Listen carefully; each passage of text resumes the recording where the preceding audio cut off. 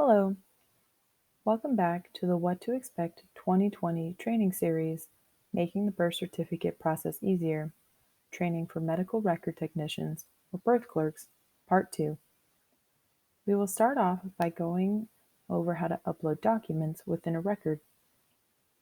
At the top of the screen, select Actions and click Load PDF/Word document. You'll be then given a window to name your document. Please be brief and specific. Then you will select the document that you want to upload from your computer. You will then receive a preview, and if it is the document you do want to upload, simply select Save to DB. Please note that you cannot upload more than 10 pages at a time. Once you have gone out of the record and gone back into the record, you will see an icon that states Image Present on the bottom blue bar. Simply double-click on this icon to access all documents that have been uploaded into the record. Now we will go over scenarios on whether or not it is a Nevada or out-of-state record. If a child was born in a moving vehicle and removed in Nevada, it is a Nevada record. The child was born in a moving vehicle but was removed from the vehicle in Utah, it is a Utah record. If a child was born in a Nevada gas station but taken to a Utah hospital within 8 hours of birth, it is a Utah record. If the baby was born in a Utah restaurant but taken to a Nevada hospital within 8 hours of birth, it is a Nevada record.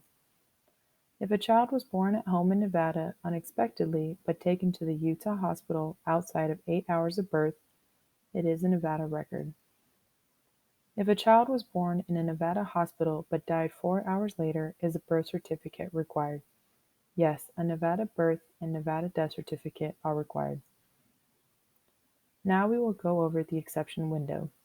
Please note that this exception window will be triggered when you select the Save button at the top right-hand corner of your screen.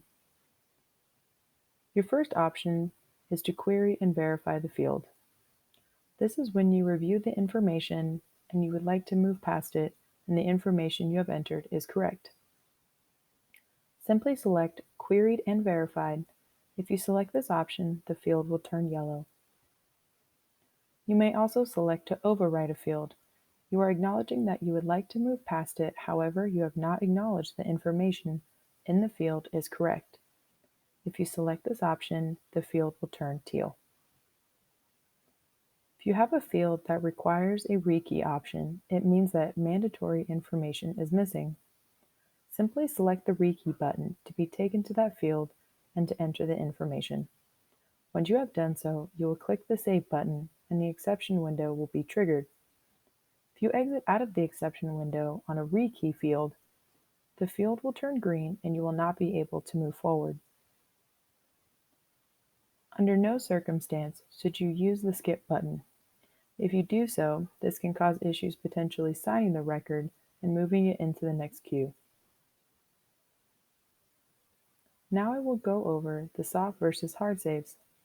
If you have to leave the record in the middle of entering it, please do a soft save. Simply click File and select Save Without Edits. This will not trigger the exception window and will save your work in real time so you may return to it at a later time. A hard save is when you click the small floppy disk at the top right-hand corner. This will trigger the exception window and review the record for any errors. Please only use a hard save when you have signed the record and are ready to submit your work to the registrar. Now we will go over legal requirements. The physician in attendance shall provide the medical information required by the certificate and certify to the fact of birth within 72 hours after the birth.